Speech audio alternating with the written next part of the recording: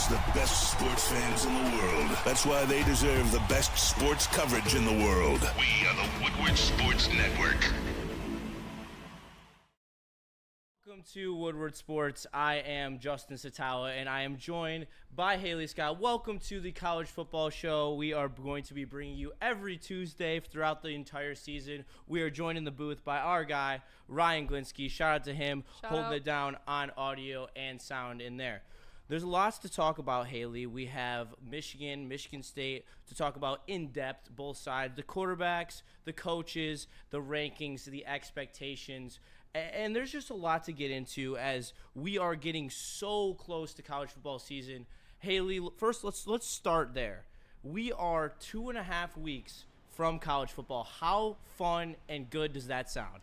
College football culture is probably the best American culture that comes with America, I would say. So I'm super stoked for it. Like you said, it's right around the corner. Very excited to be here. Got some nerves going on with the show, but we're going to mix those nerves with excitement and make that fuel for today. Yep, and thank you so much for being with us. If you are new here at Woodward Sports, make sure you smash that subscribe button. Hit that like button if you want more college football related stuff. We have so many things on the docket coming up for this football season. Hopefully some live broadcasts from Ann Arbor and East Lansing. Those will be more to have as we are now going to move right into it. As yesterday, Michigan, it came out that they are number 14 on the coaches poll as it has come out in the preseason. And Hailey, I want to ask you, is this a typical respect thing to a big brand that is Michigan, or are we looking at a bounce back projection by the coaches for Michigan? You know what? I think the projection for Michigan's 2025 season is very bright, and I think they will do better than they did last year, especially with newcomer Bryce Underwood. We were able to snag him because he was formerly committed to LSU. Shout out Larry Ellison. Shout out Tom Brady. Shout out. We have this Michigan native now with us, and I think that he is definitely going to change the game for Michigan football. And we already have some love being shown to us. Shout out to Dante151, $4.99 super chat. Shout out to the new show, guys and girls. You deserve it. I have a feeling you guys will succeed with this show. Go green and go white. I cannot agree with that point, but we are happy to have you here, Dante. Thank you so much for your support. To go off what you were saying about Michigan, though, I do believe that this Michigan team is due for some progression. I think last year you saw everything that could have possibly go wrong for this Michigan team, essentially, especially at the quarterback department, where anything is an upgrade. And I think everyone can agree 7 touchdowns to 9 interceptions by Davis Warren will never be acceptable in a college season. But it's to say the same, Aidan Chiles also had some struggles, and we'll get into Michigan State in a second. Ryan, how are you feeling about Michigan being ranked 14th in the coaches poll? Do you think that's a little bit of fool's gold, or are you buying into that prediction? I'm going to say it's a little bit of fool's gold. I really don't think, again, Michigan's such a weird team to really decipher what they're going to do. I don't trust a true freshman quarterback truly just quite yet. I think we talked about a little bit before the show that USC-Nebraska game could be a little bit tricky. I feel like Michigan is going to lose a game or two that they should not lose, and I think it's going to be that USC-Nebraska type of game. But I just can't buy a freshman quarterback hype just quite yet. There's really only one guy who's done it, and that's Trevor Lawrence, who won a national championship way back in 2017, 2018, somewhere over there. But I don't buy a true freshman quarterback just quite yet. And Sharon Moore, a little inexperienced as a bit of a head coach. I know it's second year. But I have Michigan. I don't have them that high. I don't.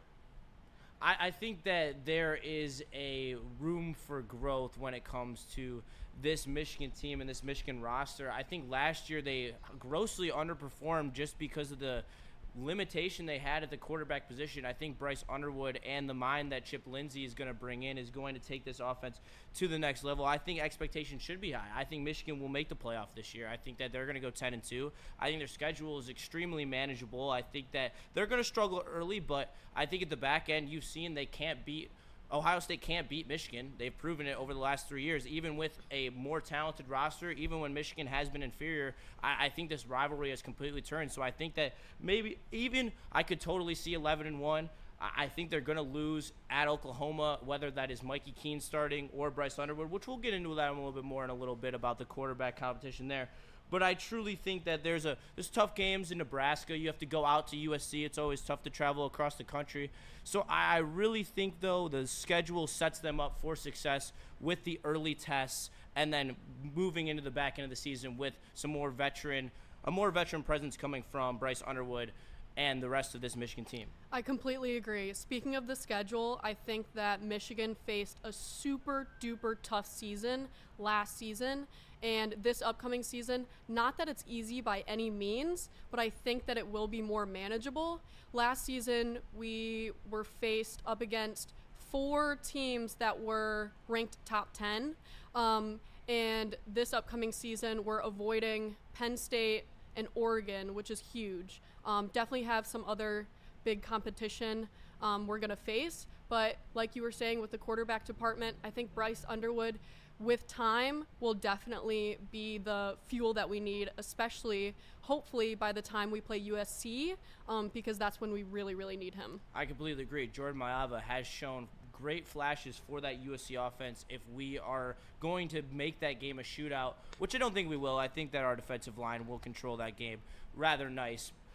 Speaking of our defensive line, I think a lot of people are overblowing the fact that Mason Graham and Kenneth Grant are leaving this team. I think it is a huge loss. Don't get me wrong. Losing 2 first-rounders on your defensive line is a pretty huge deal. But in terms of the all-around feeling of this offensive line, it has the ability to be better from edge to edge, as the defensive tackles were the dominant group last year for Michigan. I do think with TJ Guy and Derek Moore on the edges with another year, I think that's a big step forward for them. I think bringing in a guy like Trey Williams is a big add for this Michigan roster.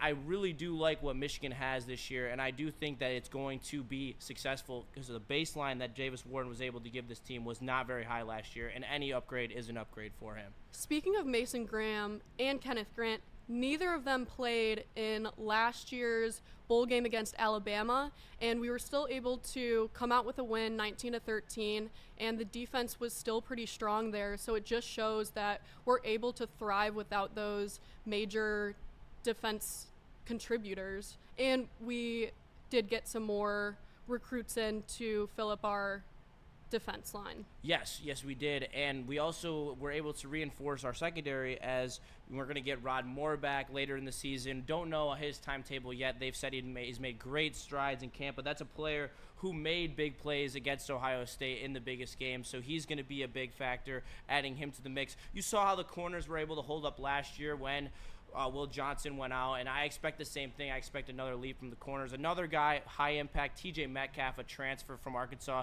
He's got a nose for the ball. To give him an NFL comp, I don't think he's going to project this in the pros, but in terms of being a college safety, he's got a lot of that Kirby Joseph in him where he's able to just find the ball in good situations, and I think that you're going to see a lot of good interceptions and balls in the air that he's able to ball hawk. I think TJ Metcalf's another big playmaker for this defense.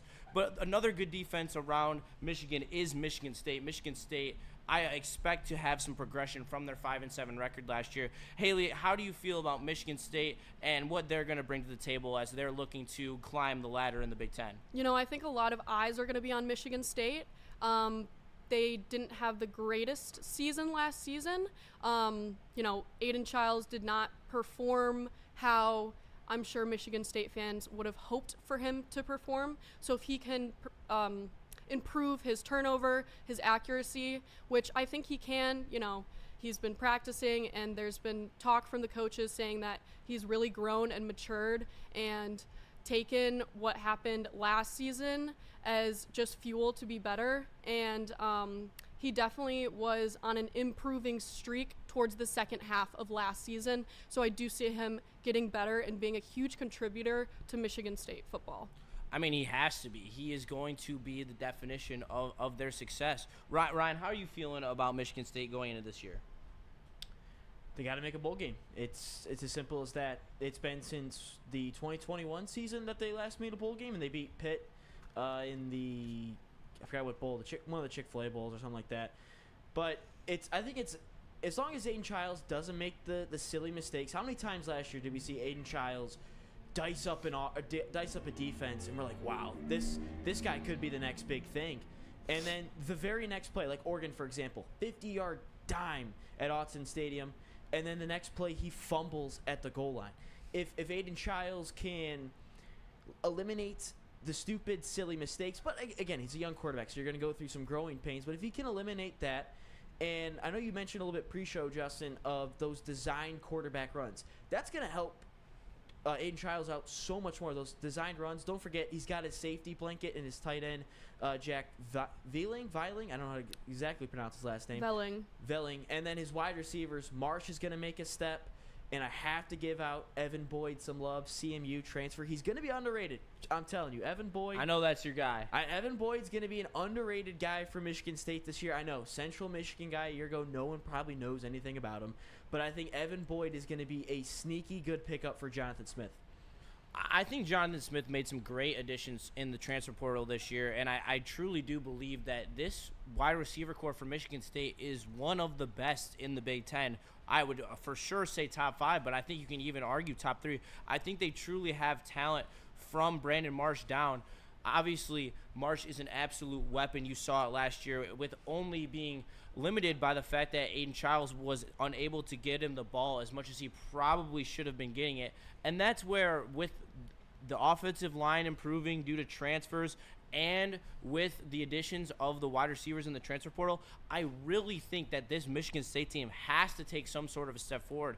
I think that their schedule is tough. I think that they do have a lot of road games that are not favorable for them. That if they were at home, I would be saying, oh, that's a win. One for the case would be at Iowa.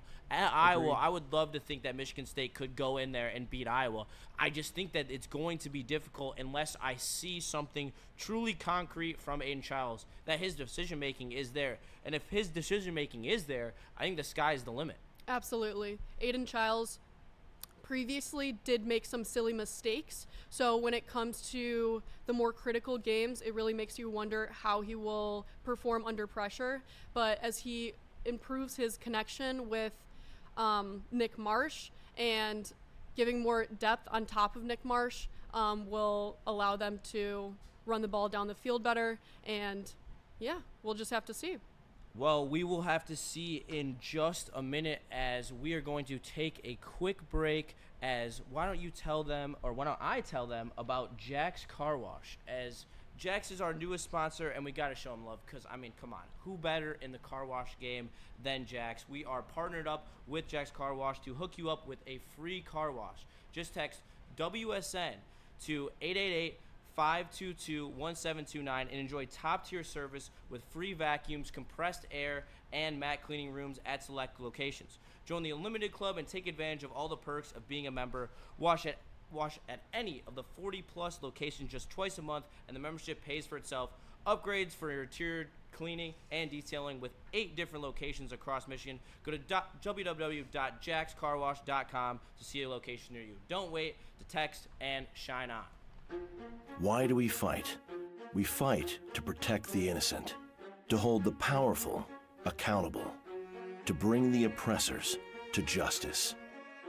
Why do we fight? We fight to secure and preserve our civil liberties, to get each and every one of our clients the justice they deserve, and to make the lives of real people just like you whole again. ThenFights.com. We don't like to brag that we are the toughest sports network in Detroit, but we do have a guy named Darren McCarty on our side. Woodward Sports.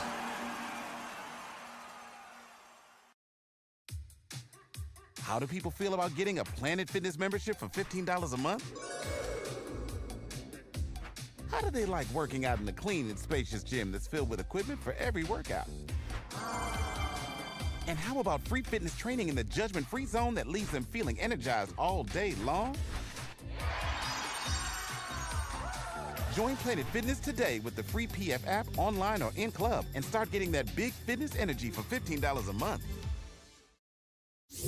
Big injuries, big news. Twice a week, Dr. Jeff Pierce from Michigan Sports and Spine joins Woodward Sports Network for the Injury Insider Report. Big D Energy Tuesdays at noon, and Ermanni and Edwards with Maz Thursdays at 3:30. Get expert analysis and in-depth breakdowns on the latest sports injuries from the man trusted by top athletes in the community, like D-Mac. Whether it's the Lions, Pistons, Tigers, or Red Wings, Dr. Pierce talks us through it all. Don't miss the Injury Insider Report with Dr. Jeff Pierce, your go-to source for understanding the impact of injuries on the games and players we love. Only on Woodward Sports Network. Scan the QR code on the screen or go to MichiganSportsandSpine.com to see if Dr. Jeff Pierce can help you.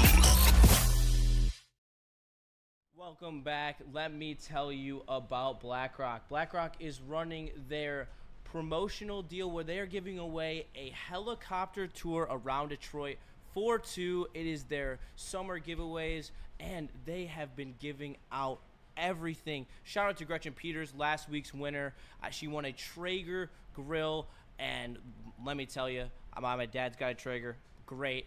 BlackRock, great. Make your own steak, get active, and make sure that you hit the QR code above my head and get yourself into this giveaway. It's going to be hot. Well, thank you for tuning in. We are back on Woodward Sports, the college football show. I am Justin Satawa, and I am joined by Hailey Scott. It is a pleasure. Ryan in the booth, holding it Shout down. out, Ryan. We appreciate you Shout doing out. it all over there. You are killing it. But you know who needs to kill it this year is the Michigan quarterbacks, as we have seen a lackluster carousel last year when it came to that position. I think this year you have two options that are already better than last year's options in Bryce Underwood, but I do think Mikey Keene does bring a element of stability when it comes to the backup quarterback position. He does have the experience. Haley, what are you feeling about Bryce Underwood and the ability that he has to bring to this offense? Bryce Underwood was the #1 recruit. Huge success that Michigan was able to snag him with a larger NIL deal. And I think that he's just going to be a quarterback powerhouse, honestly. I do expect him to start and really change the game for Michigan football. I mean, he had a stellar high school career. He was rated 100, one of the only recruit to be rated 100 on On3. I have their quote that says, "The combination of size, arm talent, and athleticism is reminiscent of players like Josh Allen and Cam Newton." That's absolutely Damn. huge. So I'm very intrigued to see if he's going to be the hometown hero that he says that he will be. Yeah, and I think that the expectation is for him to come in and be Superman. I think that is a little bit too extreme. I know that Michigan's paying him all this money to be their starting quarterback. I know that he is, like Haley just told you, ranked 100 on 3. I understand all those things. But the thing is, he doesn't have to be Superman. He's coming in to a very solid Michigan offense that has a solid O-line, has two elite running backs in terms of Justice Haynes and Jordan Marshall. He has a semi-talented group of receivers that are talented. We'll get into that in a little bit. But at the end of the day, you see how this Michigan offense operates. They operate by running smash mouth football. They are going to run the ball down your throat all game, and then that's going to open up the ability for Bryce Underwood to make design throws that help him get acclimated to this offense. You're going to see a lot of bootlegs. You're going to see a lot of rollouts. You're going to see a lot of design quarterback runs in order to get him comfortable. You saw what Chip Lindsey was able to do with a young Drake May and able to cultivate him into being an NFL quarterback. I think that hopefully we're seeing the same progression out of Bryce Underwood. I have a lot of faith in this coaching staff to reinvigorate this Michigan offense. I think for the last couple of years, we really have been seeing this regression to this old 90s style football that was led by Jim Harbaugh, where they were unwilling to even bring in modern day concepts into this offense. And that's where I'm so excited for Chip Lindsey to take the reins, because Bryce Underwood is going to have the ability to capitalize on his athleticism at every facet of the game. And that's where I think this Michigan offense can unlock that new element that I think everyone was so excited with Alex Orji last year. And now they actually have the potential to see it, because, to be straight up honest with you, Bryce Underwood is already a more talented passer than Alex Orji. Justin, all right, let's First off, Michigan could not throw the forward pass last year, regardless of what starting quarterback you threw out there. Tuttle or G. Warren, they were all bad, right? It was abysmal. But again, I think what you're going to see with this Chimp Lindsey offense in Bryce Underwood, right? Bryce Underwood has the attributes to be an unbelievable Cam Newton-like quarterback. Do I think that? Absolutely not. But I think what you're going to see is a little bit of a power spread-ish offense where I think they're going to spread you out at times. Underwood's going to show his athleticism, his throwing the ball downfield, spreading him out, and just, air raid. But they're going to want to smash mouth football, run the ball. Sharon Moore has mentioned that time and time again, that he wants to be able to run the football. And when they're getting into 3rd and 3, 3rd and short, 4th and short even, 2nd and short, they're going to line you up and they're going to run the football down your throat. That's what Michigan football is. That's what Michigan football will most likely always be unless something crazy happens in the sport of football where they just turn into two-hand touch. But Michigan is going to want to throw the ball or run the ball down your throat. They want to control the game. I know this offensive line scares me a little bit. They're a little bit young in some areas, and it's not what we're used to from 2021 to 2023, those Joe Moorhead award-winning offensive lines. But they're still going to be able to run the football down your throat. I do think Michigan is evolving their offense, like you said, towards modern day football, and Michigan is known for being very, very physical. They want to punch you in the face with a smile on their own faces. And they still want to do that. They still want to do that. Yep. There's 100% still that ideology for this football team. I agree. And I think that people in the chat, I think, are making some solid points. I won't lie to you. We have Flannels Bulge, who has been all over the place tonight. Michigan's offense requires him to be a J.J. McCarthy, not a Justin Fields. And if we're talking about Justin Fields in college, if he's Justin Fields in college, this team is going to have a shot to win a national championship. if we're not talking about pro Justin Fields, that's a different story. Yeah. This is college. He doesn't have to be some stud quarterback. J.J. McCarthy, as this common misconception of him in college, he was not a playmaker. He was one of the biggest playmakers. Anytime Michigan needed a play in any one of those big games, he would make it constantly. Read option 3rd downs. He made that one-handed catch against Alabama where if he would have missed that, it would have been a fumble and it would have been a turn of possession as Alabama would have been able to scoop and score for 6. Yeah. That is as risky a play as you can possibly have, and J.J. made those plays. He made all the throws against Ohio State. You remember the way that he was able to cut up the sideline and when they were running those zero blitz packages trying to stop the run. I think that if he is Justin Fields in college, that he's going to be pretty damn good. I would hope. If he's Justin Fields in college, I mean, this might be a three-peat of national championships if that's the case. Like, if he's Justin Fields, he's going to be unbelievable. But here's what Michigan did with J.J. McCarthy over the years is they leaned on their ground game. They want to control the time of clock, the time of possession. That's what Michigan ultimately wants to do. They're going to put their quarterback in good situations. They're not going to need Underwood to be Superman. They just won't because they have two good running backs, as you guys have both mentioned, in Marshall and Justice Haynes. I really like Marshall in that bowl game, by the way. But again, we don't need Bryce Underwood to throw for 300 yards a game and 4 touchdowns. We just don't. I completely agree. That makes me wonder if Michigan is going to be strategic by making their starting quarterback Mikey Keene instead of Bryce Underwood. Yeah, I think Mikey Keene and Bryce Underwood would be an interesting one. I would like to see Mikey Keene personally start the beginning of the year. I just would. I don't like a true freshman quarterback starting, and especially going into Norman, Oklahoma. I would like to see Mikey Keene be the starter, just that experience. I do think if he is the starting quarterback, then the team will definitely be carried by defense. Oh, 100%. Whereas if Bryce Underwood were the quarterback, then it would be kind of completely different.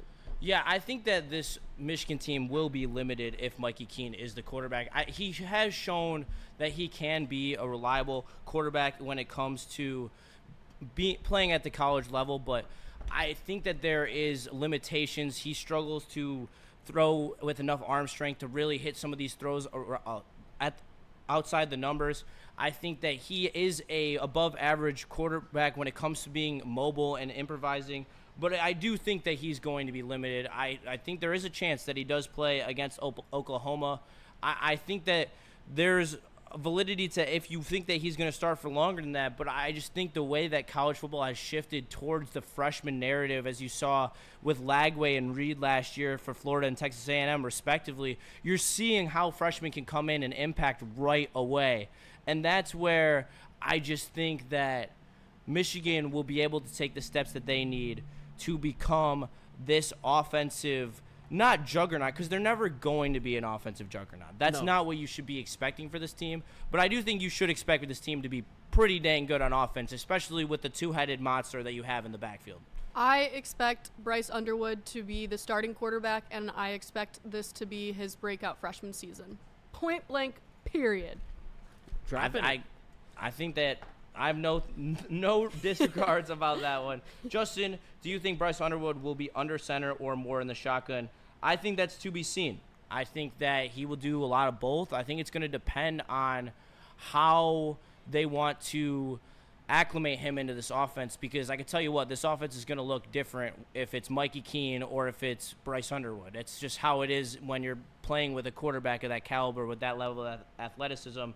I think there's a lot of things that go into that. I think that you're going to see Bryce Underwood under center a lot more to start.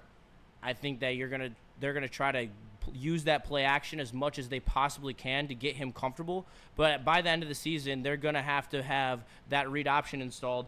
And it's not about being able to not run the ish out of him. I'm not saying that you need to turn him into Alex Orji, where he is tucking the ball and running way too much. You just need him to be reliable when it's a third down and he needs to extend a play. And that's where I do expect him to be elite at. He has the athletic traits. He's one of the – honestly, when you watch the tape, he is popping off the screen with how fast he is.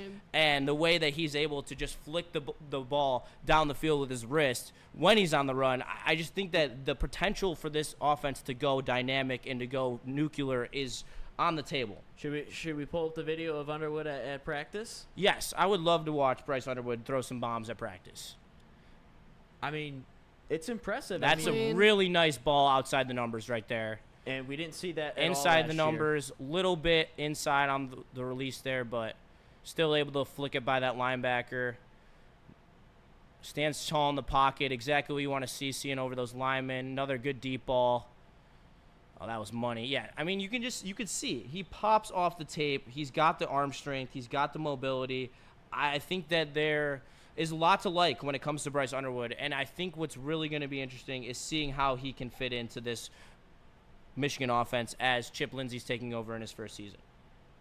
Yeah, it's going to be interesting for sure to see what Underwood ends up doing. But again, I still think Michigan's going to be able to run the ball, and his stick has been active in the chat as well. He said he called Bryce Underwood games in high school, seen thousands of games. Underwood is special. And then Flannels Bulge also said, reports on Underwood say Bryce has a mentality and knowledge of a 2-year starter that has already been in the league. That's what I've heard a lot about Bryce Underwood, is his mentality. And that's some things that you don't quite see out of top high school recruits, is they don't have that mentality. They don't have the work ethic of what they want to do and put in the time and the effort. But Underwood, from what everyone's saying, he's staying late. Schroen's even said, and Chip has said, he's staying late. He's watching film, anything that he can to gain an edge.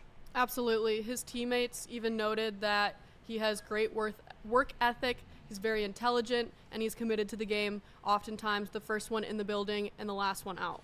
And that's what you want to hear. You also want to hear guys like Ryan Clark, who've been around it all.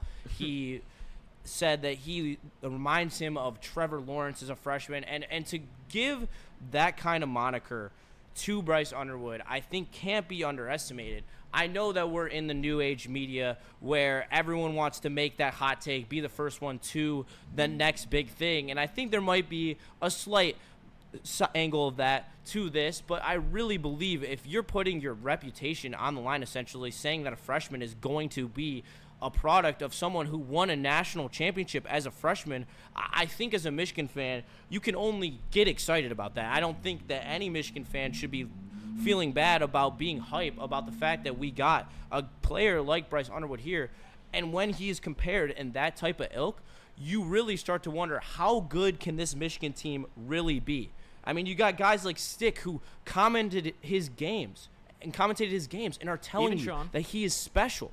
Like, that is, and Sean said the same thing. He pops off the tape. And when there is a consensus around football guys that someone is special, a lot of times they are right. He is special. But with someone this special, with this much raw talent to his caliber, does it make you wonder, from a coaching perspective, are they going to try and savor his talent for a certain point in the season? How does that translate to the actual regular season? I think there is a good point to holding him back and not letting him go out and initially go after that starting job, because of the fact that you have the Sharon Moore suspension hanging over for week 3 and week 4, and then his second career start, you're going to have to ask him to go into Oklahoma and beat Oklahoma. I think it is a tough ask, but at the end of the day, you are paying the money. You do have the expectation. I think that getting rid of some of those early season lumps will benefit this team in the back end of the season, where I think it will do loads of good for him if you're able to play him early. And we're Flannels Bulge. Don't expect Bryce to air it out a lot. Expect a 2,500, 2,700 yard season, 25 touchdowns, 6 interceptions, 4 rushing touchdowns. I mean, if that is his season, Michigan will make the playoff. I can tell you that right now. If he is that efficient in this Michigan offense, throwing 25 touchdowns and 6 interceptions, 30 total touchdowns, yeah, this Michigan team will be a perennial national championship contender, because if you're getting that out of Bryce Underwood and you play against a team like Penn State, I will take Michigan in a heartbeat, regardless of the fact they have Bryce Underwood at quarterback, who's a freshman. I think that's a lofty prediction. I will take the chat has been given some great expectations and some scenarios. I'm trying not to be a slappy. That's kind of crazy. Yeah, if they're saying he's going to be Justin Fields, I'm fine with that. If they're saying he's going to throw for 2,500 yards and 25 touchdowns, I'm fine with that. Hey, Chad, if that's the truth, Michigan might be 10-win, maybe 11-win team, maybe. Yeah, I would not be surprised if they are that good with that type of stat line. I don't even think he has to record that type of stat line. If he just even has even remotely that level of efficiency, 25 to 6 interceptions, I think if you bring that down to 15 touchdowns and 4 interceptions, I think that gets the job done, and this Michigan team is a playoff team. I really don't think he's going to be asked a lot to even put this Michigan team to be a winner. Did JJ even throw for that at Michigan? JJ never eclipsed 3,000 yards at Michigan. Yeah, so that's fine. They won a natty. Yeah, you don't have to. There's a difference to being a great quarterback and putting up great numbers. You don't have to put up great numbers to be a great quarterback. And I think you're going to see that with Bryce Underwood as he hopefully progresses this year, as we're going to progress to Van Johnson as he fights for you. Justice is what means different things to different people, but whatever it is, a settlement or a verdict, justice is always worth the fight. If you've got a case, contact the fighters at Van Johnson Law today and get the justice you deserve. Tough, tenacious trial lawyers, Van Johnson Law, and make sure you visit venfights.com to get your quote.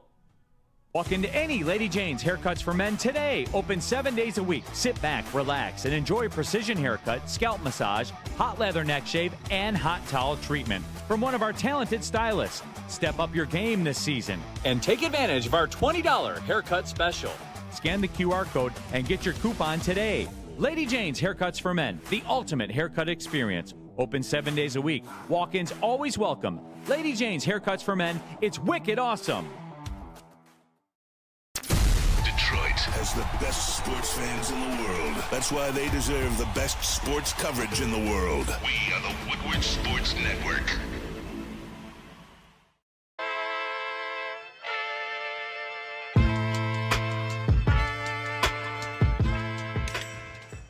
Hey, Tony, what's up, bro?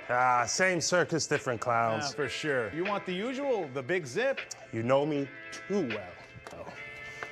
I threw a little something extra in there for your ma. Oh, Hope man. she's doing all right. Ay, guy, sei un santo. You're a saint.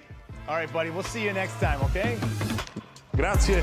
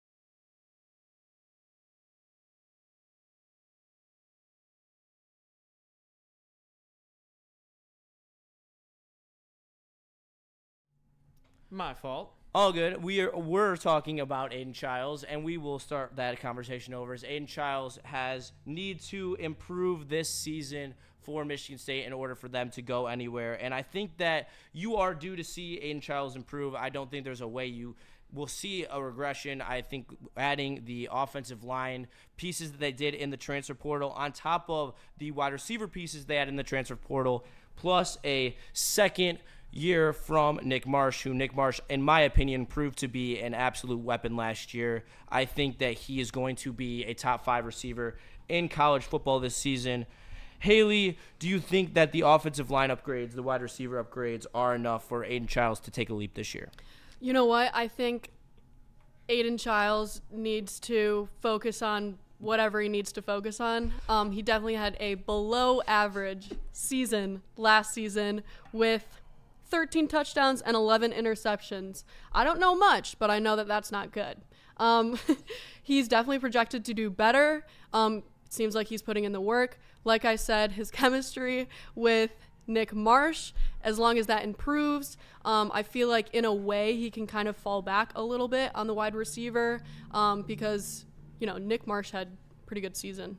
Yeah, he had a really good season, and I think that you're going to see him explode, as I think Aidan Chiles now does have the support to become one of the, I'm not going to say one of the top quarterbacks in the Big Ten, but at least cement himself in the upper half. I think when you're talking about the additions, you also add Amari Kelly, you add Christian McCray, 2 guys from MTSU and Kent State who put up very good seasons for their respective clubs, both averaging over 16 yards per reception. And then you have, of course, Ryan's favorite player from Central Michigan. Out. Fire up. And in Boyd, I think that he will make an impact as well. I think that they finally do have enough weapons around Chiles to hopefully show him off. But I do question whether or not Jonathan Smith is going to put Aidan Chiles in the right position to succeed.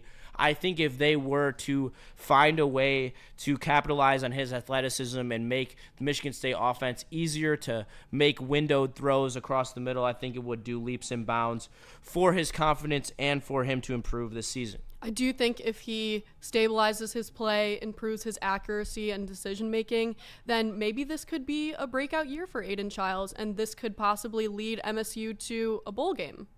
Yeah, I think that the bowl game has to be the mark that's set for Michigan State. We were talking about going on four straight years of no bowl games, and for a lot of programs, that's not okay, especially with the way you're seeing a lot of schools get immediate success and results through the transfer portal by hiring coaches that have previous infrastructures. You obviously saw with Indiana last year, and it's honestly a shame that Michigan State wasn't able to emulate that type of success even in the transfer portal era. And Flannels Bulge hits it again. Chiles made mental mistakes last year, has all the athletic ability to make good plays. 100%. It's about the fact that he needs to find a way to make smarter decisions with the football. And if he's able to do that, the sky's the limit for the kid. He really has the opportunity to become a problem in this league. He has all the athletic traits. It's about actually using them, knowing when to run, knowing when to check down, knowing when to rip it and grip it and try to find Nick Marsh in a 50-50 situation. All those things really are going to pay dividends for him if he's able to take that positive progression into being that quarterback that Michigan State needs. Their defense already proven, in my opinion. I think last year they showed you when they are able to get rest and be on the field only for the point that a good defense can be on the field until they're tired. I think Michigan State showed you they have a lot of pieces. They have a lot of good edge rushers. And I think that this team, if their schedule wasn't so difficult, I think they would be challenging to be 7-5 or 8-4. I think this team has the potential to be way better than they were last year. I just struggle to see it with their schedule. They play Penn State on the road. They play Ohio State. They play Michigan. They really got the short end of the stick this year in terms of scheduling for the Big Ten. And that's the only reason I think 6-6 would be a great season for them. And I don't think a lot of Michigan State fans, from my experience, as I've talked to Spencer, I've talked to Anson, and I've talked to Sean Belizean, they all think that 6-6, they'd be pretty happy going to a bowl game. Absolutely. And just being in the Pinstripe Bowl, for I all do honesty. think that that's the main thing that Spartan fans are looking for right now, is to make it to a bowl game. Like you said, it has a lot of fallback on Jonathan Smith, of course. And how will that look if they don't get another bowl game, fourth consecutive year? Jonathan Smith would definitely be in the hot seat. Yeah, I think that's fair to say, and I think that leads us perfectly into our next segment, as we're going to talk about how this team, this state actually has two very interesting situations with their head coaches. I'm going to actually throw it over to Ryan so he can lead us in our 4-down territory, 4 questions that are about Michigan and Michigan State to raise some good conversation. Yeah, if you could I don't have the list on me at the moment, but I believe the first question. You know what the first question is? The first question about Sharon Moore and Jonathan Smith, correct? Mm-hmm. So, with the first question on the 4-down territory, it is going to be, of course, new athletic director for Michigan State. Athletic directors like to bring in their own football head coach. This new AD did not bring in Jonathan Smith. And with Sharon Moore and the allegations still going on, is Sharon Moore and Jonathan Smith both going to be coaching for Michigan and Michigan State in 2026? Justin, I'll start with you. I think that in terms of Sharon Moore, and I know the allegations are, days from coming to light, as they say. For the past year, I've heard this. I think that Michigan has hitched their wagon to Sharon Moore as long as Bryce Underwood is there. I think that there is no room for any talk about him being on the hot seat. I think even with another season where he fails to make the playoffs, even if he loses to Ohio State, even as long as Bryce Underwood is still here, he will still be here. That's Bryce Underwood's guy. It's who recruited him, and I can only imagine that the Sharks would be in the waters if Sharon Moore was to be fired, where Bryce Underwood would be hitting the portal and looking for another place that will pay him just as much as Michigan does. And I think that's a serious problem, but I only think that problem arises if Bryce Underwood has a shaky season, which I don't believe that he will.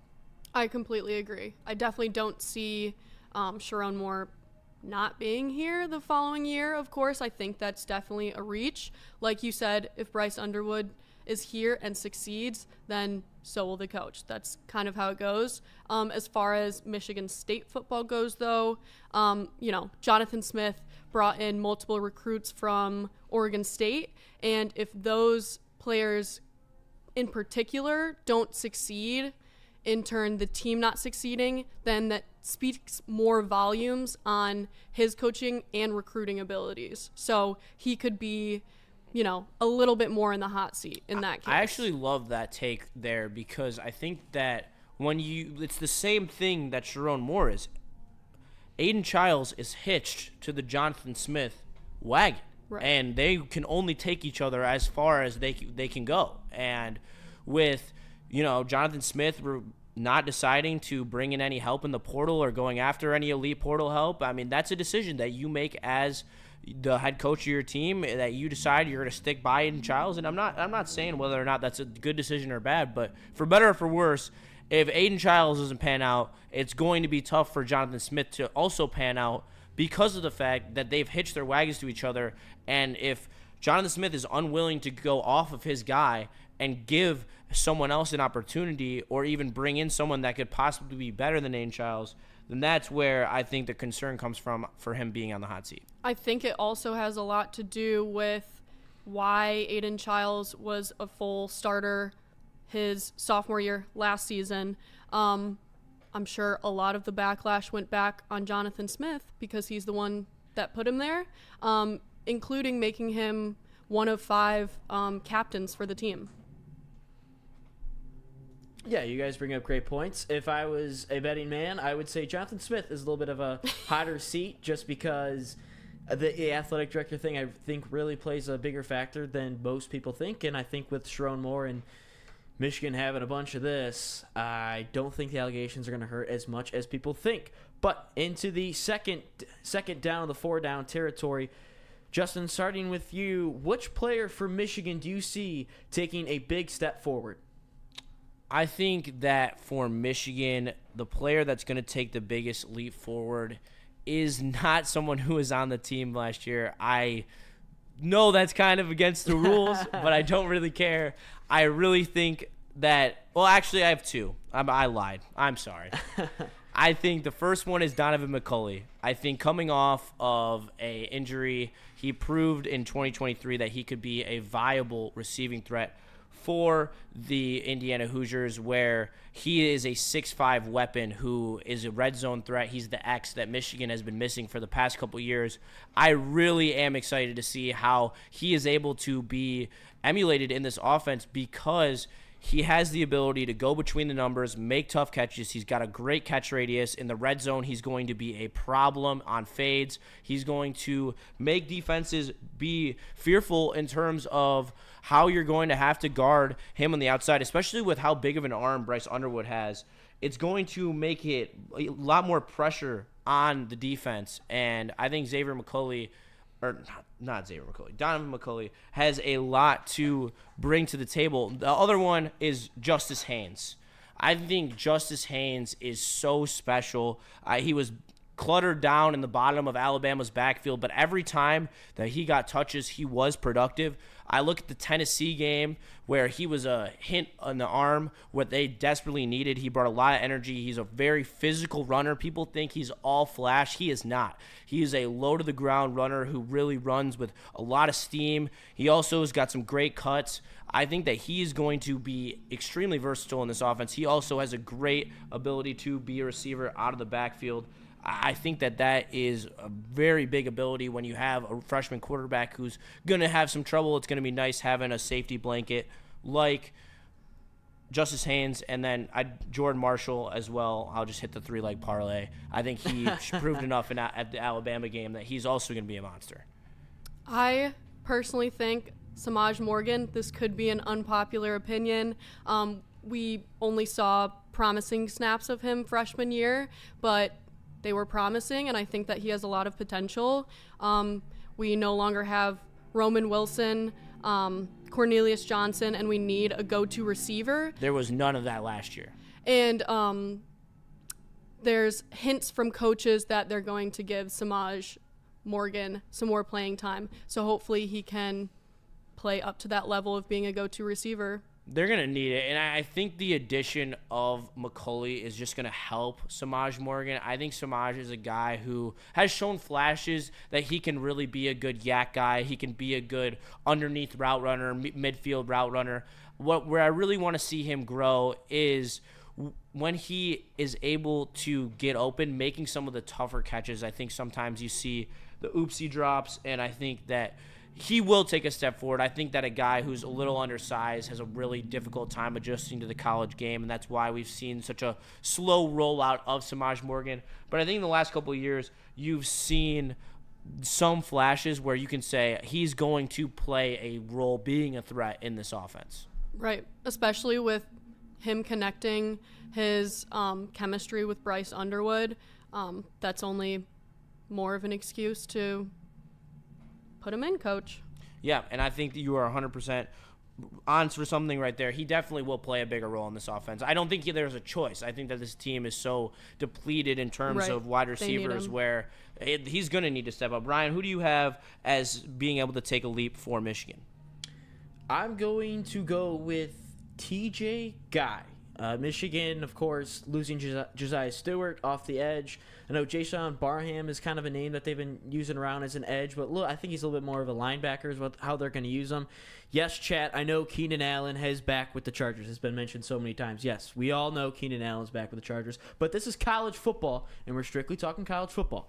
But yeah, TJ Guy.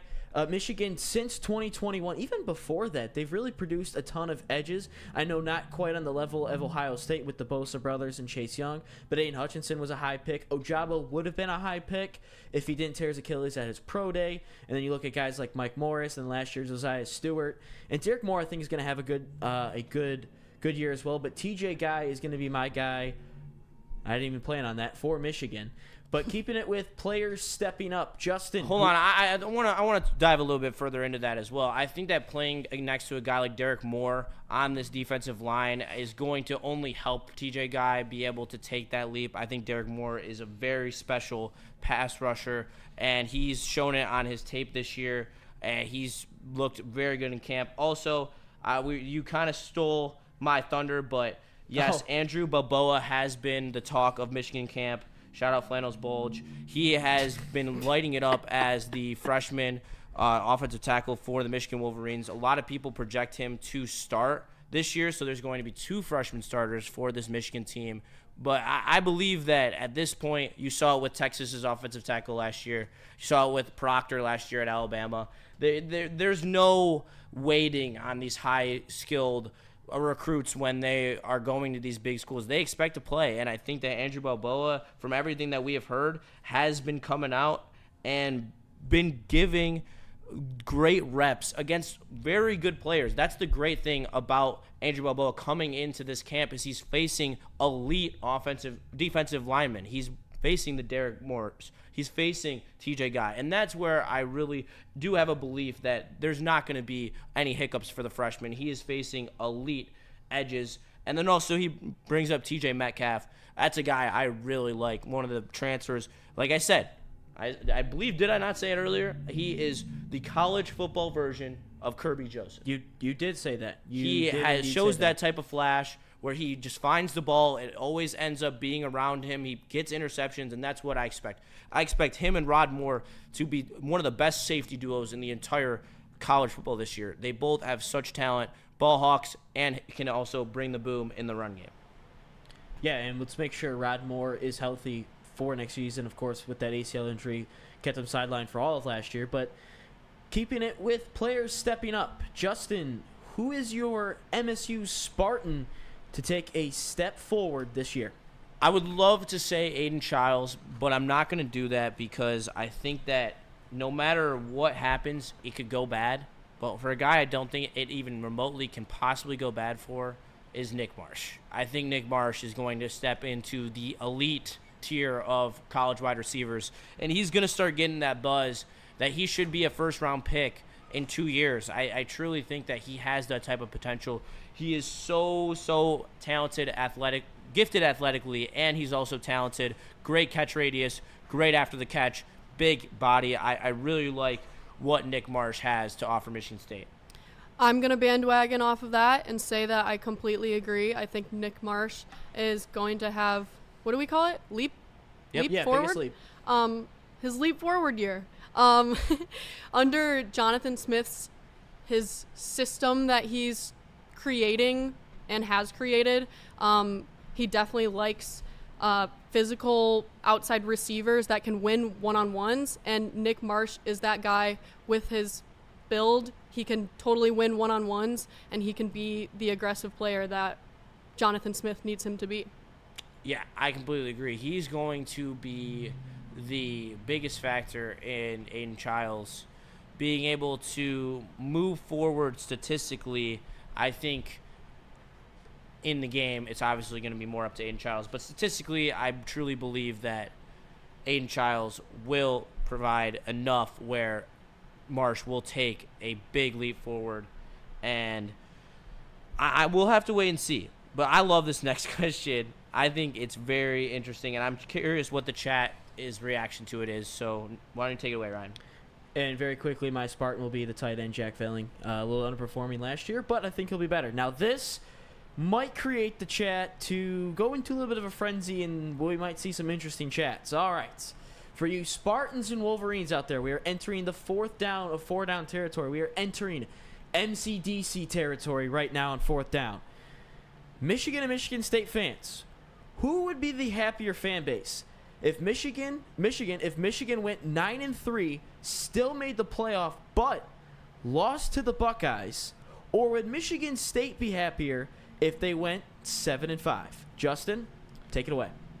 I think that there is two very different pieces of the Michigan fan base. I think there will be a part of them that's just like, yippee! We had a better season than last year. We have a freshman quarterback this year. So next year is going to be great. And then there's going to be the other part of the Michigan fan base who is, we didn't make the playoff again. We suck. Blah, blah, blah, blah. And but in terms of the entire fan base altogether, I think it will be Michigan State. I think Michigan State is so desperate for a winner. They are in like 2018 Detroit Tigers mode where they just want to see anything, literally anything, any sort of life, any sort of progression, any sort of factor that shows them that we are headed in some direction towards the Mark D'Antoni era where we were competing to win the Big Ten. I think that they are just asking for anything. I think that the Michigan fans are asking for such a wide variety of different expectations for this team because they have a freshman quarterback, because they invested all that money. I really think it's Michigan State. Sean explained the other week how frustrating it is to be a Spartan fan, especially with how these past few seasons have gone. Like you said, I think that they would just be grateful to do better than last season, make it to a bowl game. So I'm going to have to go with the Michigan State take and say that sometimes Spartan fans can, dare I say, be a little delusional sometimes. They hold on to hope for maybe a little too long, but they would definitely be very, very grateful for a season as successful as that one. And I just created a poll on which one will be happier. So Spartans and Wolverines, you make sure you get in there and enter the chat and vote on the poll. Let me know what you guys think. Man, this is such a tough question because of the Spartans, and you guys all bring up both points because the Spartans finally making a bowl game. But there's something about this Michigan-Ohio State rivalry where I think that loss to the rival hurts more. You kind of looking back at, let me just give you a real-life experience, right? So this is my graduation photos at Central Michigan. I tell a guy, hey, go Blue. He's wearing an Ohio State T-shirt. And then I go, he says, Michigan, yeah, national championship. But then he goes, all right, I go, still waiting on 100 points. And this Ohio State fan flipped out on me. You're letting a kid who didn't even go to the university upset, and you just won the national champion. And then if you look back to the Marty Smith little segment on College Game Day after the Michigan loss, most Ohio State fans saw that as an asterisk because their national championship, if they won it, because they lost to Michigan. I think the happier fan base would be MSU. I really think it would because of how big this Michigan-Ohio State rivalry is. And you losing that, you don't get the bragging rights for 365 days. And I just think Michigan State would be much, much happier. I think that they will be. And you know where you will be much happier? That is Buddy's Pizza. And let me swing it over to Hailey. She's going to tell you where to get the best pizza in Detroit. I would be very happy if I ended up at Buddy's Pizza after this. Speaking of, Buddy's Pizza wants to brisket, brew, and rendezvous with you. Try their new barbecue brisket pizza, barbecue chicken salad, the refreshing Buddy Brew Summer Shandy, and the Super Summer Sundae. Talk about onomatopoeias. Is that the right word? I'm not sure. All at your neighborhood Buddies or at buddiespizza.com. And don't forget, Buddies is more than just pizza. It's love. Their new Smash Stacks are burgers done the Detroit-style way. You know what that means. Deep dish, honey. Square slice, smash, stack, full of flavor. Only at Buddies Pizza. buddiespizza.com. How do people feel about getting a Planet Fitness membership for $15 a month? How do they like working out in a clean and spacious gym that's filled with equipment for every workout? And how about free fitness training in the judgment-free zone that leaves them feeling energized all day long? Join Planet Fitness today with the free PF app, online or in club, and start getting that big fitness energy for $15 a month. The bats are hot, and the weather is getting hotter. Summertime in the D with Detroit's big hitters, Woodward Sports.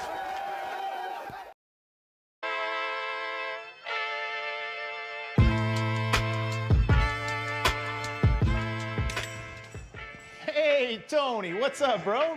Same circus, different clowns. For sure. You want the usual, the big zip? You know me too well. I threw a little something extra in there for your ma. Oh, Hope man. she's doing all right. Ay, guy, sei un santo. Ah. You're a saint. All right, buddy, we'll see you next time, okay? Grazie.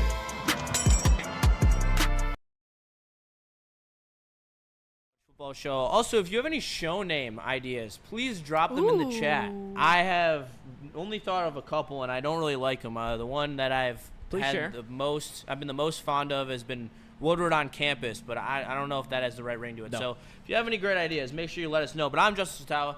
I'm joined by Hailey Scott, who's doing a great job on her first time on the desk. So shout out to her. Shout out to Ryan. Thanks. Ryan's been holding it down, technically, audioly, everything. And we appreciate him doing that because we're having a good time here. We're just talking ball. And shout out to Noah Messi. He's been here the whole time. I would not be happy in any kind of way if we made the playoff and didn't beat Ohio State. I think that's fair. I think there's a lot of people in this Michigan fan base that do feel that way. And I have no right to say anything. I would 100%, if we're going to be a first-round exit in the playoff, I probably would rather beat Ohio State than be a first-round exit. But the thing is, if you beat Ohio State, you're probably in the playoff. So, Right. Except last year. Womp womp. Yeah, that was a tough look. I mean, that team underperformed because they didn't have a quarterback. But you know what they say. If you don't have a quarterback, you're cooked. And no, you know where you're not cooked?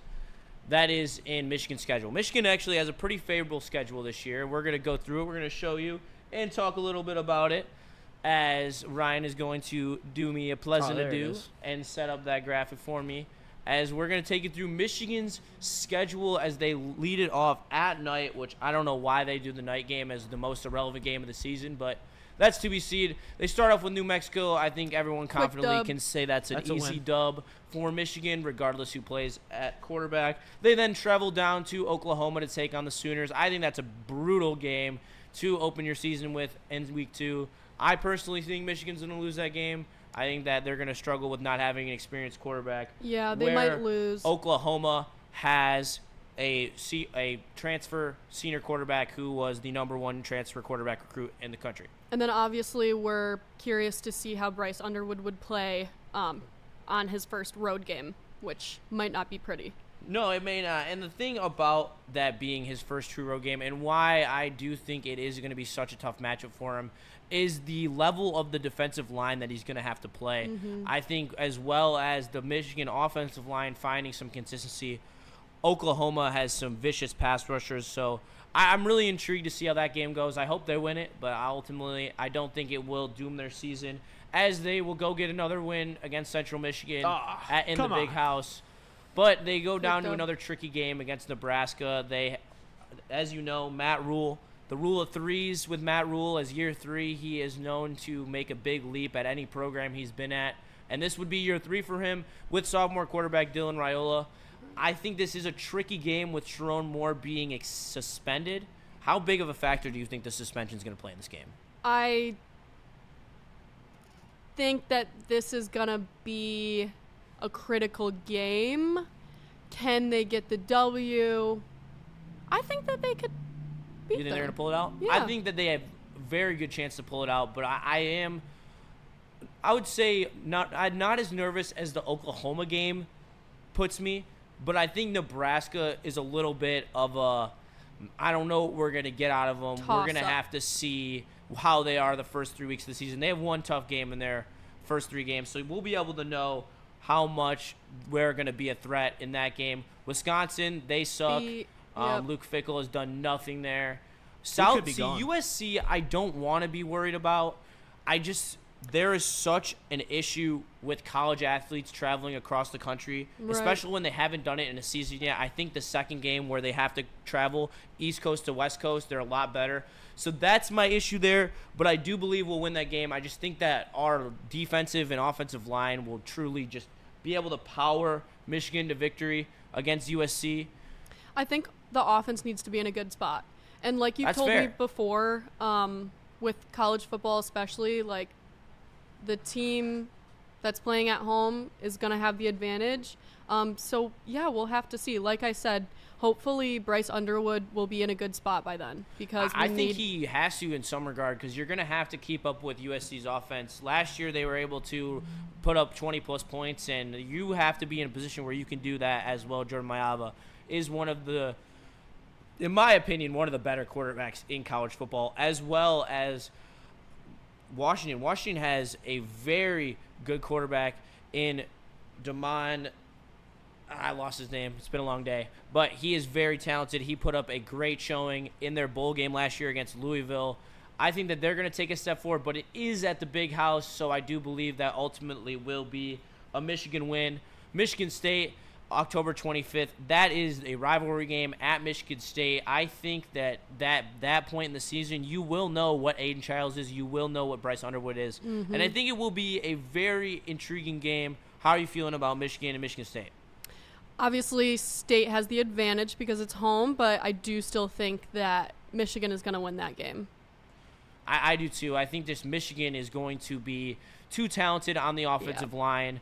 In comparison, I think Michigan State's going to get ran through by this Michigan D-line. I think it's another win for Michigan. And I don't want to spend any time on these next 3. They're all auto dubs. Dub. I don't need to talk about the gutter trash that is Purdue, Northwestern, and Maryland. I think that you can't say that Ohio State will beat Michigan until you see it. I personally will not say it. I will not say it. I will not tell you that Ohio State will beat Michigan. They're going to put up a fight. Yeah. I mean, Ohio State has new raw talent, and they're scrappy.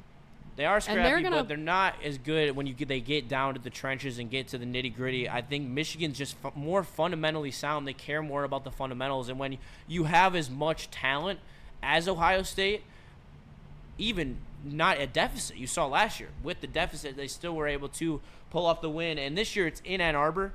I really like Michigan's chances to win, and that's why I think they're a playoff team. I told you in the beginning, I think they're a playoff team. I think 10-2 is my prediction. I think they lose to Oklahoma, and then they lose one game between Nebraska and USC, and then they go on an absolute tear in the second half of the season, proving to themselves that they are a true contender when it comes playoff time. Yeah. I didn't know we were going to me yet. But yeah, I think Michigan, I personally think their ceiling is 9-3.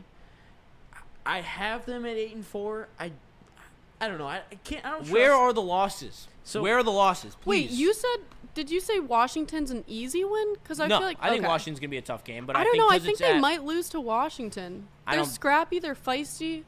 And didn't they lose to Washington last year? Yes, they did. I was actually at that game. It was actually a pretty brutal game to go to. But in terms of this year's Washington team, I think that they are good. They got some quality skill position players. But at the end of the day, I just don't believe that they have the true strength that Michigan has in their lines. I think their offensive line last year had some holes that Michigan was able to exploit for a while. I think it's also different, like we talked about. Washington's going to have to travel all the way to the Big House I think that's a brutal draw for them. I think at the Big House, this team's going to be very hard to beat. I think that all their losses will come on the road. And I do think Washington's going to be good. I think they're going to be around 8-4. I just don't think they're going to be good enough to beat Michigan. Yeah. But let's flip over to Michigan State as we're going to run through that real quick. I think this is a gauntlet of a schedule for Michigan State. As there we see at Western Michigan, that's an easy dub for Michigan State. Sorry. Boston College, that's another easy dub. They lost everything in the transfer portal this year. They should have won last year. Going to be hard to be able to rebuild that program, and they also are playing it at home. I'm a big in college football, biggest sport where home field advantage matters, in my opinion. We have Youngstown State. That's an easy win. Dub. Then they travel to USC. I think that is a loss. Like I said, it's tough to travel your first time cross country.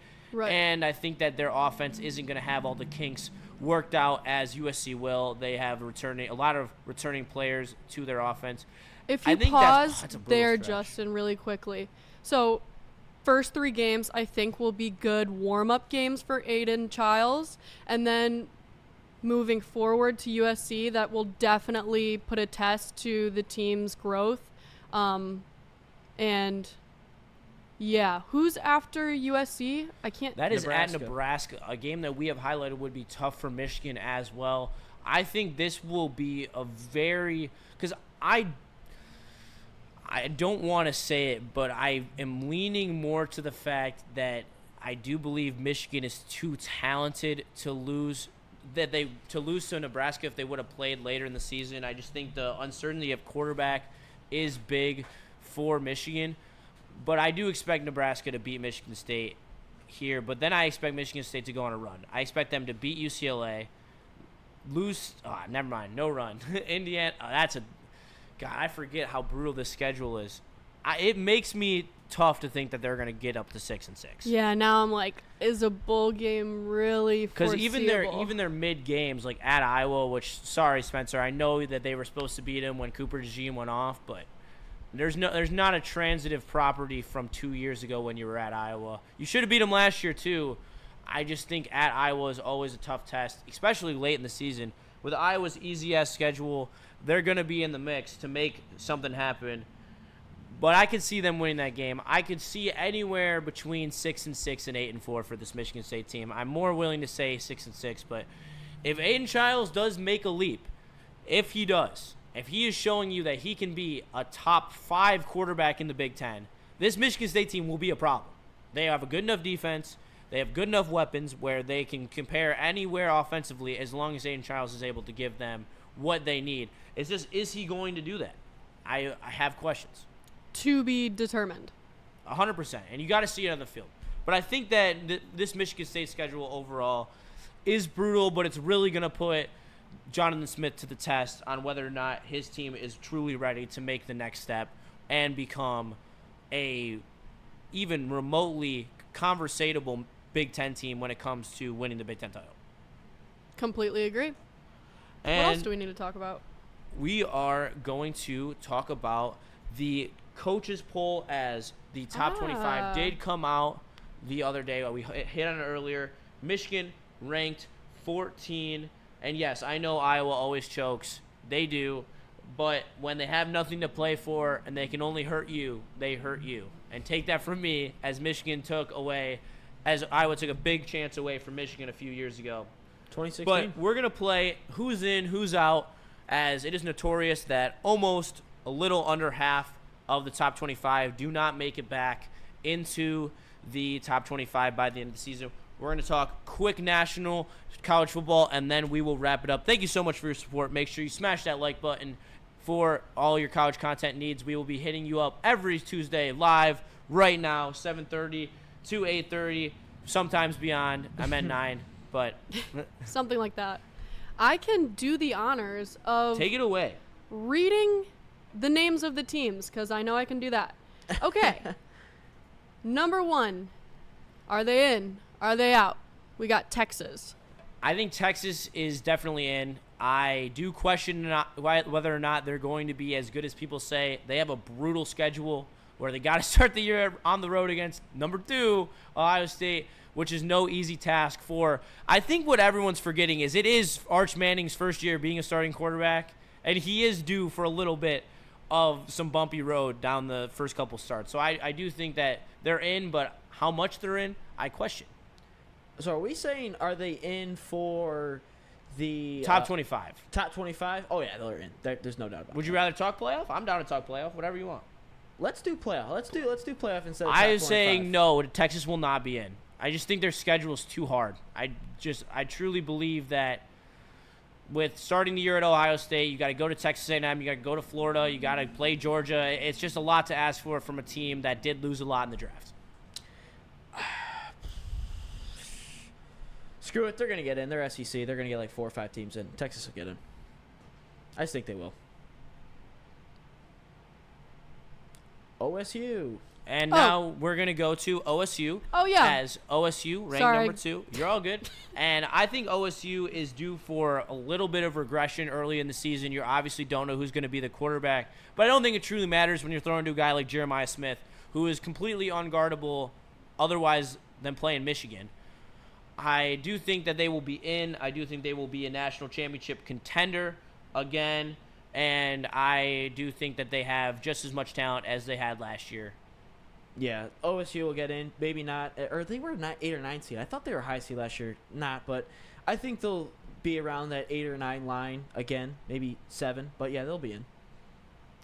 And shout out to Freddie Felt with the name suggestion. Ooh, I as like that he one. Said it should be Woodward U. It's easy, it's clean. I think that I do like Ooh. that better than I do like Woodward on campus. So shout out to Freddie Felt. Good Appreciate idea. you out here. Call it a hot take. I really don't think it is. OSU won't make the playoff. That is definitely a hot take. What do you Wow. mean? That's what do you mean that's not That's hot? a What do you reach. mean that's not a hot take? They're ranked number 2 They in the won the country. Natty. That's kind of crazy. Okay, number 3. Penn State. What do we Penn think? State is one where I do believe that they are overranked. I don't think that you can say that they are the number 3 team in the country just because they were gifted their run in the college football playoff last year by playing every inferior opponent they could have possibly played. And that's my issue with them. I don't think Drew Aller's very good. I think that he is so overhyped. I think his stats are completely ballooned by the fact that he is not asked to do a lot for this Penn State team.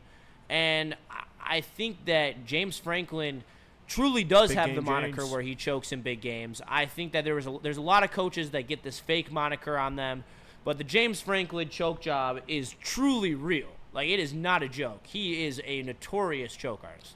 I think Penn State will get in again, but you got to look at how Penn State's built now. They're built like Michigan and Ohio State, where Michigan 23, Ohio State last year. It's a bunch of super seniors, a bunch of veteran guys. I understand. I also don't like Drew Aller. I think he sucks.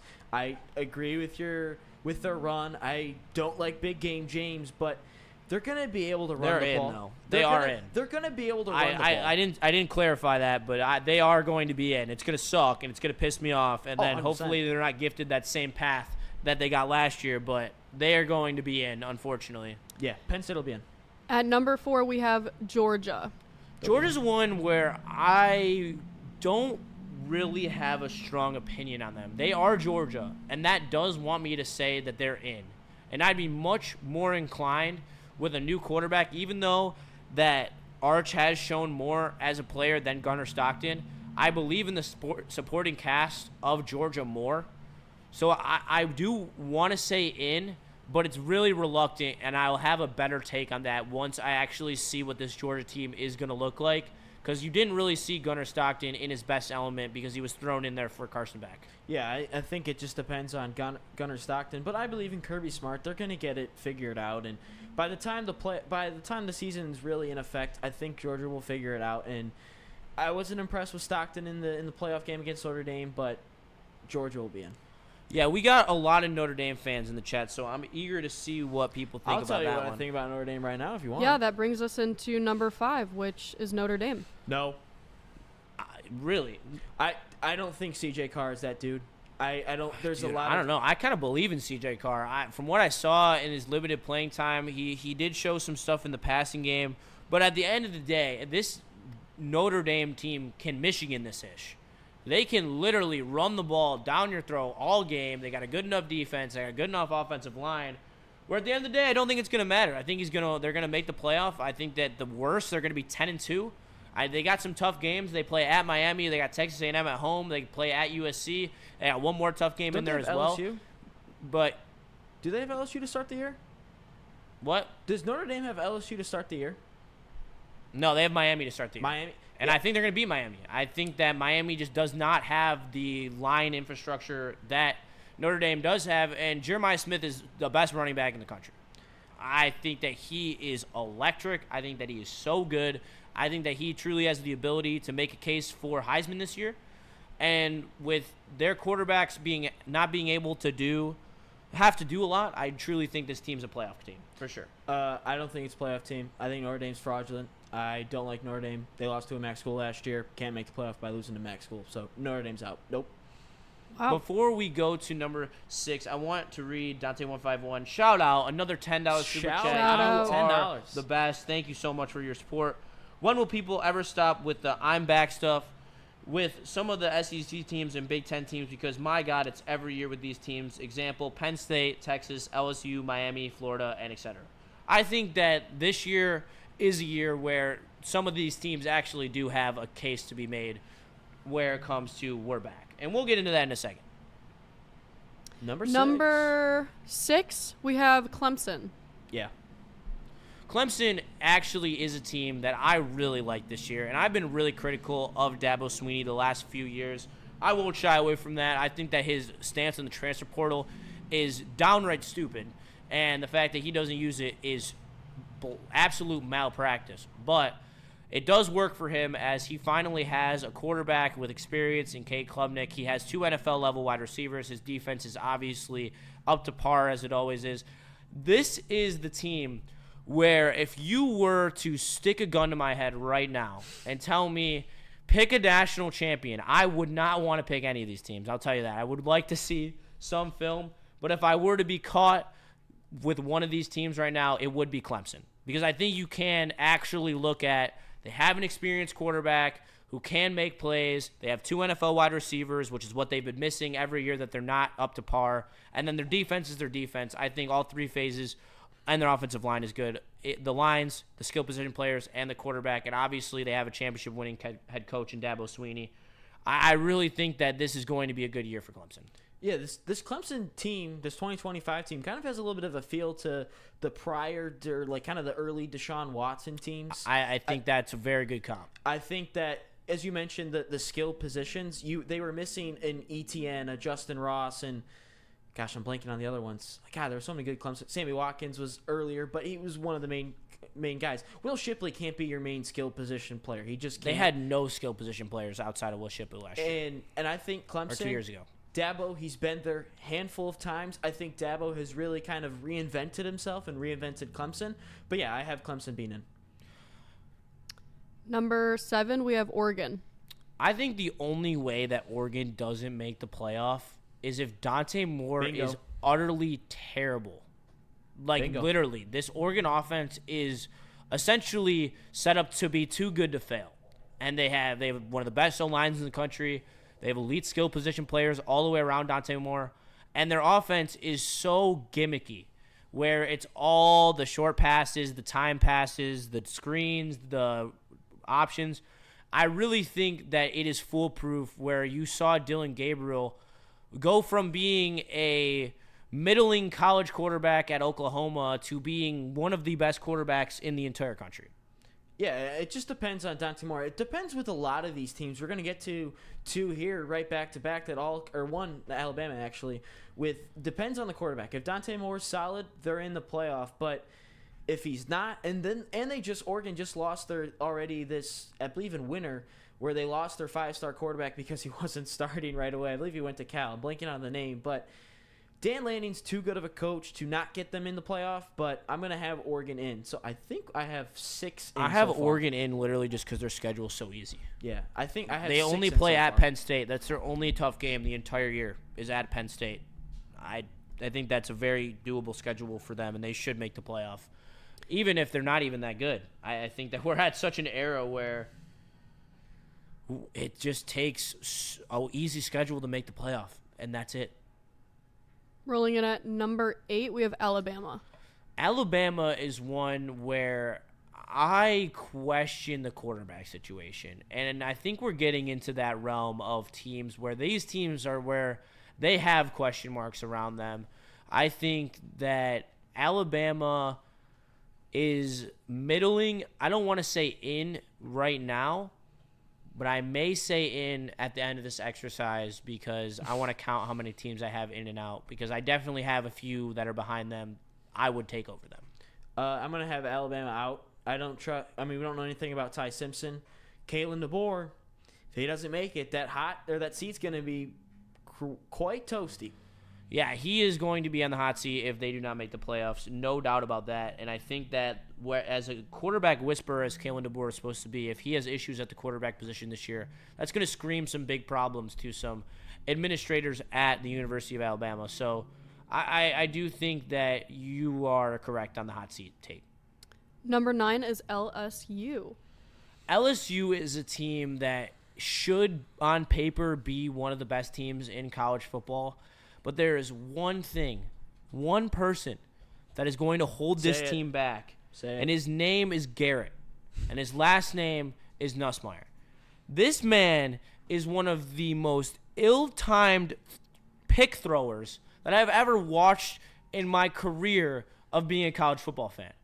I watched the Texas A&M game where LSU was in clear control in that game, and he just threw some of the most boneheaded interceptions right into double coverage, where I have no faith in this LSU team. I'm going to take them as out. They have so much talent, and they should make the playoff, but I just cannot pick a team that has Garrett Nussmeier as their quarterback to make the playoff.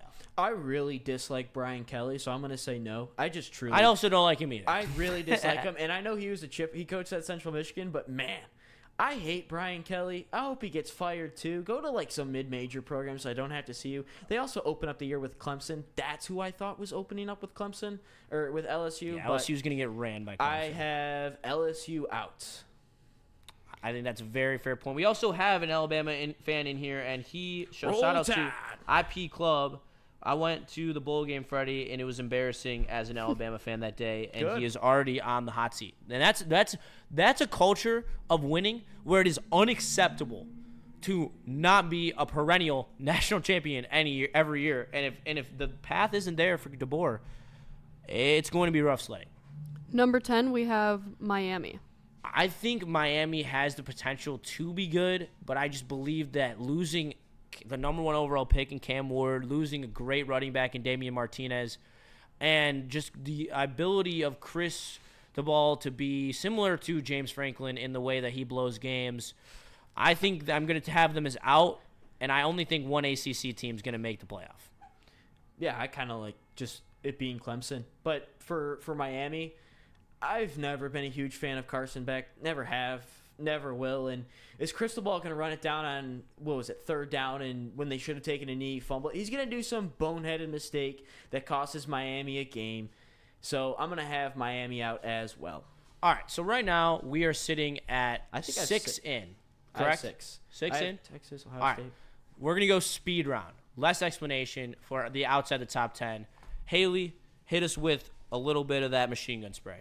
11, Arizona State. Yes. In. Winner of the Big 12 easily. 12, Illinois.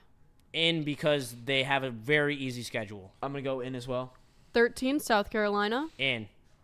Lornar Sellers is the truth. 14, yes, I like Sellers. Michigan. Nope. In. Nope. One of the last teams in. 15, Ole Miss. No. Out. 16, SMU. No. Out. 17, Florida. Yes. In. 18, Tennessee. God, Out. no. Way out. 19, Indiana. Nope. Out. 20, Kansas State. Avery Out. Johnson sucks. 21, Texas A&M. In. Yeah, I lost track of how many I have in right now. I think I'm around. Pause. I think I'm either at 10 or 11. 21, Iowa State. I think the rest of these teams are out. I think Boise State could sneak in. Boise State might sneak of that in as the group G5, before. but I'm not projecting the G5. I don't That's even. something I'm not doing. I don't even know my 12. I think I ran out. I genuinely don't know. So, all right, let me take you through this. So, I had Ohio State, Penn State, Georgia, Notre Dame, Clemson, Oregon, Arizona State, Illinois, South Carolina, Michigan, Florida, and Texas A&M would be 12. Ah, crap. I had Texas, Ohio State, Penn State, Georgia. I'm taking Illinois out because screw Illinois. Texas, Ohio. I hate Illinois too. Ohio State, Penn State, Georgia, Clemson. I don't even remember if I said Oregon. I know I said Arizona State, South Carolina, Illinois, Florida. I said A&M, Boise. I think I said Oregon. Yeah, we'll just go with that. I should have wrote it down. My bad.